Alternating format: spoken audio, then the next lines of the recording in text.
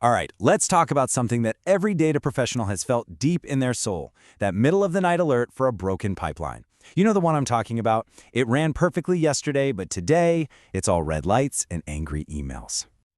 So you get the notification, you log in, you're staring at the error logs, trying to play detective. It's just so frustrating. It feels like you spend all your time fighting fires instead of actually building cool stuff. And what's the cause? Like 9 times out of 10, it's this sneaky thing called schema drift. Basically, the source data changed on you. Someone added a new column, or worse, they dropped a column your entire process depends on. Maybe a data type just switched, and your pipeline, which was hard-coded to expect the old structure, just falls over. But what if we could get ahead of this? What if, instead of constantly reacting to this chaos, we could build on a foundation of stability? I mean, what if we had a formal, predictable agreement about what our data is supposed to look like? An agreement that both the source system and our pipelines have to honor. Well, that is exactly what a data contract is. Think of it as a formal, agreed-upon blueprint for a data set. And it's not just about column names and data types. A really solid data contract goes further. It defines transformation rules, quality checks, even the schedule. It becomes the one and only source of truth. And this slide just lays it all out. The difference is night and day. On the left, that's the world many of us live in. Brittle, reactive pipelines that are a total nightmare to maintain. On the right, that's the data contract world. Pipelines become resilient because they're driven by metadata, not hard-coded logic. You move from being reactive to proactive. Maintenance plummets, and you can actually scale because all your business logic is in one central place. It's a complete game changer. So, this all sounds great, but how do we actually build one? It's not as scary as it sounds.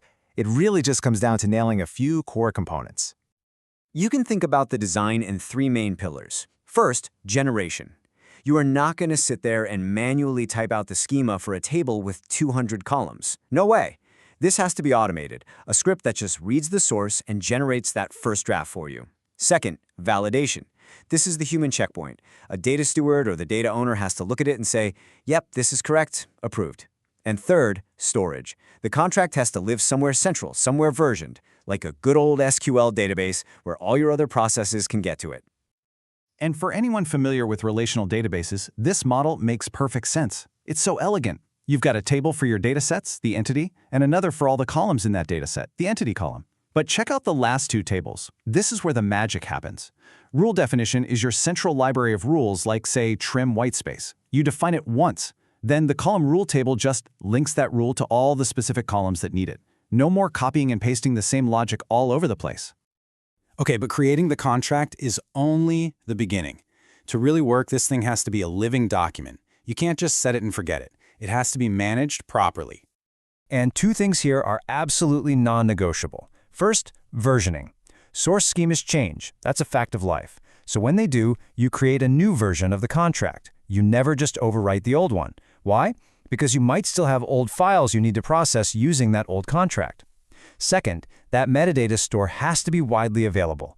Your pipeline orchestrator, your data quality tools, your reporting platform, they all need to be able to talk to this central source of truth. So let's say we've done all that. We have a well-designed, versioned, centrally stored contract. Now comes the real payoff. This is how we use that contract to get to massive scale through automation.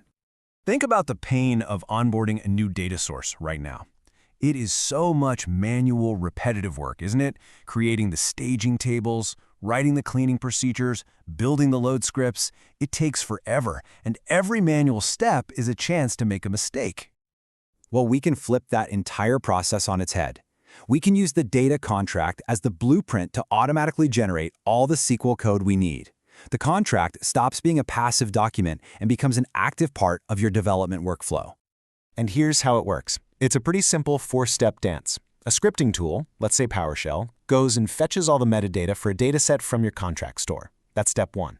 Step 2, it grabs a generic SQL template you've already written. Think of it like a Mad Libs sheet. Step 3, it injects all that metadata, the column names, the data types, the rules, into the placeholders in the template. And finally, step 4, it spits out a complete, ready-to-run SQL script. You can generate all the code for a new dataset in seconds. Literally seconds. So let's just quickly recap the big ideas. Schema drift is the silent killer of our ETL pipelines. Data contracts, they're our best defense, helping us build resilient, metadata-driven systems. But to work, these contracts have to be designed right and managed in a central version store.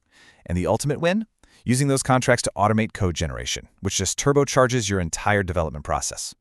And that leaves us with one last question you should probably ask yourself. Take a hard look at your data platform. Is it built on that solid foundation of formal contracts and automation, or is it kind of running on chaos, just waiting for the next unexpected change to bring it all crashing down? That's all for this explainer. Hey, if you found this useful, do me a favor and hit that like button, share it with someone who needs to see it, and definitely subscribe for more deep dives into data engineering. Thanks for watching.